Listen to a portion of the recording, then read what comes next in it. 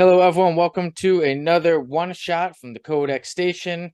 I am Sonny Kruger from Codex, and joining me today is the author of the West Moon Chronicle. He is Frank Jun Kim. Hey, Thank you for joining us, Frank. Today, the glad to be Codex here. station. Glad to have you. The Codex station's one shots is one shot where we ask a comic creator one question and one question only. So, Frank, from the Codex station, the question we have for you is, what is the story behind writing and publishing your first comic book? Well, it was a crazy journey, but how it started was so I'm an actor as well as being a writer, and I was acting in this indie film, which I believe they changed the title, so I think it's called Motorcycle Maniacs now. And it's on Amazon Prime. However, whoever is watching this, I highly recommend that you do not go and watch that movie because you will be wasting 90 minutes of your life that you could go and be doing anything else. So it wasn't a great movie, but the thing about that movie was we were shooting out in a field in Texas in the middle of February. So in the hill country, it gets very windy and very cold. And because it was such a low budget production, they didn't have trailers for us, heaters, tents, or anything. So we're in between setups. We're just shivering out in the cold in this windy field with no shelter. And my mind just must have gotten really bored and needed something to latch onto other than my current suffering there. And so I happened to look over and I saw at the edge of this field, there were all these dead trees that were stacked, and they didn't look like they'd been chainsawed. It looked like it could have been a windstorm or something, but it looked like they just were naturally felled. But there were tons of these trees, and someone had taken the time to stack them all up on each other. And so I started thinking about Korean mythology, Korean folklore, because in Korean folklore, when I was growing up as a kid, my grandfather lived with my family for a long time. And so he was the one that would tell my brother and me bedtime stories. And one of the common themes in these stories are heroes who go into the woods and they fight monsters and do good for people. And in Korean mythology, there are these goblins called dokebi, which are animated through like blood magic and anything wooden, like broomstick handles or dead trees or branches. If they come into contact with blood, they can become animated and become these dokebi. And so, and when a hero slays one of these, then it turns back to its wooden form. So, the idea is like if you go into the woods and you see a dead log or a dead tree or a log or branch that looks like a person, that was probably a dokebi that got killed at one point. Wow. So, yeah, so I look over and I see all these dead trees, and I was like, maybe that, like just my writer brain kicked in, and I was like, maybe that was a whole village of dokebi, and they were killed for some reason. And like I started thinking, like, well, what would cause that? What would make a bunch of dokebi be killed in the first place? And on top of that, why would there even be these Korean goblins in a field in Texas? And so my brain just started churning, and I started coming up with this idea. And so then two things happened. One was that I was able to, for a little while, forget my misery in that freezing ass field in the middle of nowhere. And two, I had enough ideas that by the time I got home that night, I was able to sit down in my computer and just kick out basically the beginnings of a series Bible where I started writing this backstory. I came up with these human characters that were interacting with the Dokebi and their personal traumas and conflicts and personality quirks, and just the words just kind of poured out of me. And then from that point, over the next, I think it took about 3 months, maybe a little bit longer. But over the next few months, I was able to just create this entire story Bible of these characters and what happened in the first episode, and then what happens across the rest of the season.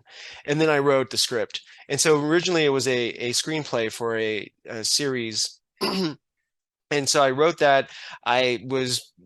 Did table reads and got feedback, wrote a bunch of variations on it, and then came up with a draft that I really liked.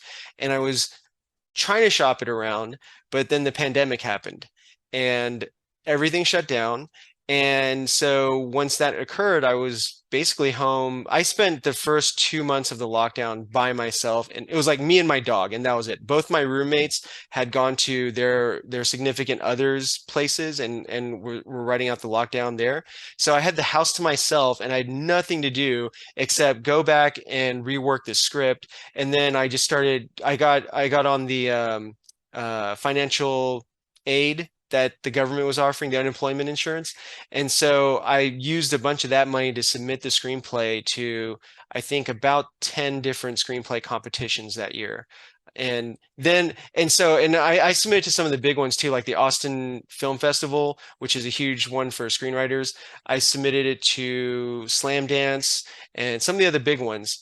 And and then I also submitted it to this one contest called Script to Comic. And I had never heard about it, but their deal was if you win, they don't give you a cash prize or a trophy or anything.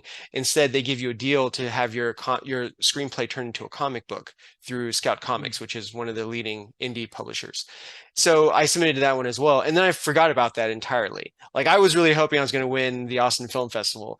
And then like 6, 7 months go by, and I didn't win Austin. I got to like the second round, but that was it. It's still good. Still a victory Still in some decent, sense. yeah.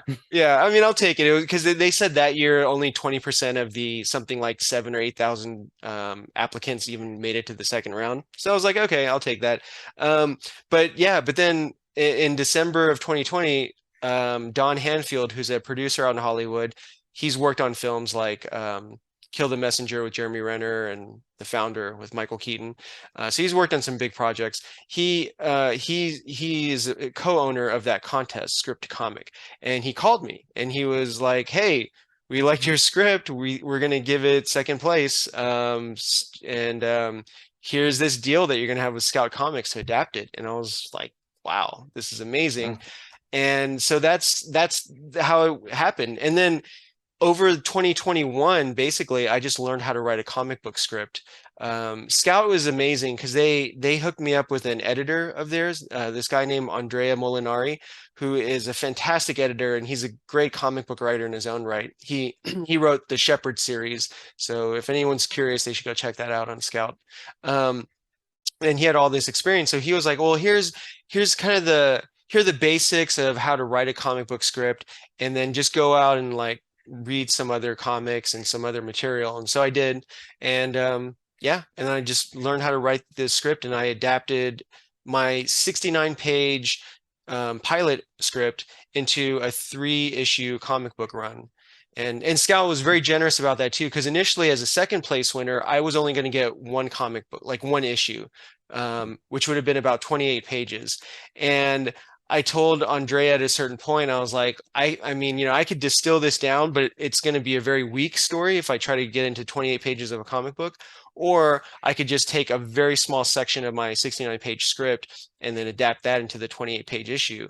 And he advocated for me on behalf of me at Scout, and basically got permission to do 3 issues instead.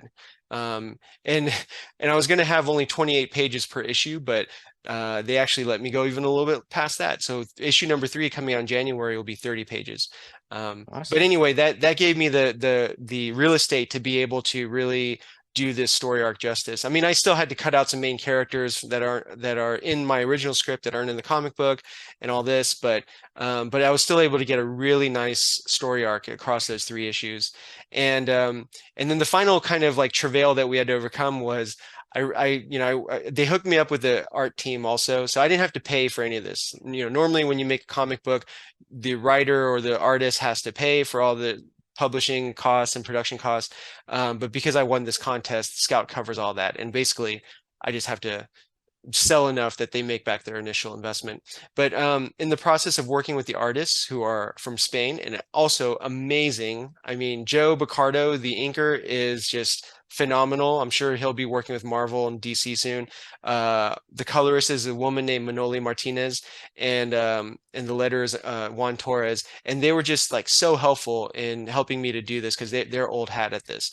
So we get all the stuff done for issue 1 and submit it, and it goes out to the printer, and then there's a paper shortage thanks to all the supply chain issues.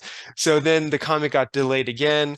It was supposed to come out in September, and it got pushed back. And then we were going to actually make it in, or no, excuse me, it was going to be in August, I think, and then got pushed to September. And then in September, the Hurricane Ian hit Florida, and Scout's headquarters are in Florida. So they weren't in the direct path, but they still got enough, like a bunch of their paper was got soaked in the storm, and like one of the printers was actually in the direct path of the hurricane, so they had issues. So there were all these delays, and then finally issue 1 came out in October, and so that's where we're at now. Yeah, there you go. Yeah, I remember talking to you like when we met on one of the screenwriter groups on Facebook, and you know, when you said like, oh, going from adapting screenplays to comic books, and I was like, hey, when's that comic coming out? And so this happened. It seemed like yeah, one thing after another was delaying the Yeah. release. I was like, man, poor Frank. You know, we must be so excited, and then delayed. This happens, that happens. But yeah, so It was, yeah, it was pretty crazy. And I mean, I should probably like knock on wood or something here, because issues 2 and 3 haven't actually come out yet. So hopefully there won't be any more, you know, paper shortages or any other supply chain issues. Keep my fingers crossed. But yeah, it was something just to see issue 1 come out. It was like a huge just relief for me that it made it. yeah, so you did it. Yeah, here it is, the West Moon Chronicle #1. Woo! Yeah. There it is. And when I say even right off the bat, it just starts off, and you know it's going to be a great comic. So Oh, it is a thank good you. one. Hey, no Thanks. problem. Thanks for doing this. And then yeah, so issue number 2 will come out in December, and then you said 3 in January, right? Correct. Yes. Yeah. And then Frank, thank you for coming out here doing this one shot. And yeah, like I said, it was quite a story to have your first comic written and published. Yeah, and to come out. And yeah, this has Yeah, been, thank you. hey, my pleasure. This has been a one shot. Frank, before we go, do you have any social handles you'd like to share with anybody, and also to how everybody Sure. can find and get their copy of the West Moon Chronicle? Yes. So as far as getting the copy, go to scoutcomics.com, and you can go on there. That's their web store basically, and you can just search for West Moon or West Moon Chronicle, and it'll come up. And that blue and yellow cover, that's the A cover, the one for the mass retail market. Yep. And then there's also a really cool red cover variant that is just, I mean, Joe, the artist, did that cover, and it's amazing. So if you guys want to spend a little extra cash, then by all means get the variant cover, the red one. And then as far as social media, I'm on Twitter. So I'm on Twitter as Frank Jun Kim, like Frank Junkim. And then I believe my Instagram handle is the same. Yeah, Frank Jun Kim. All right, well, sounds good. Thank you again, Frank, and everybody. I am Sonny Kruger Thanks. from the Codex Station. Make sure to like, share, subscribe, comment, and don't forget we got merch you can check out. And Yeah, get the yeah, merch. yes, definitely hoodies. We even have stickers. Nice. And yeah, we will have more one shots coming your way, and we will have the links so you can check out and get your copy of the West Moon Chronicle and down below. Everybody, once again, I am Sonny Kruger from the Codex Station, and joining me today was Frank Jun Kim, the writer of the West Moon Chronicle. See you all soon in another one shot. Bye.